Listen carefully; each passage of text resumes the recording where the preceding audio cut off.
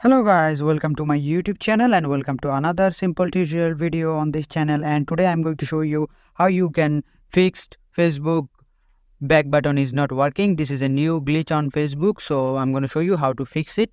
First of all, go to your Play Store here,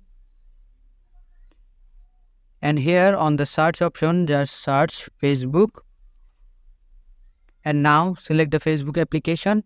And if it say open, that is mean your Facebook application is up to date. Otherwise you have to update your Facebook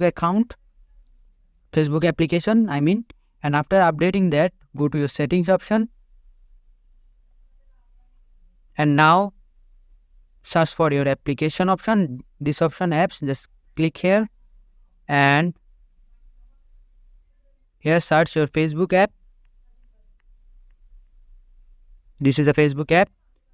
Now go to your storage and cache memory, just click that option, and after doing that, just clear storage all and select delete.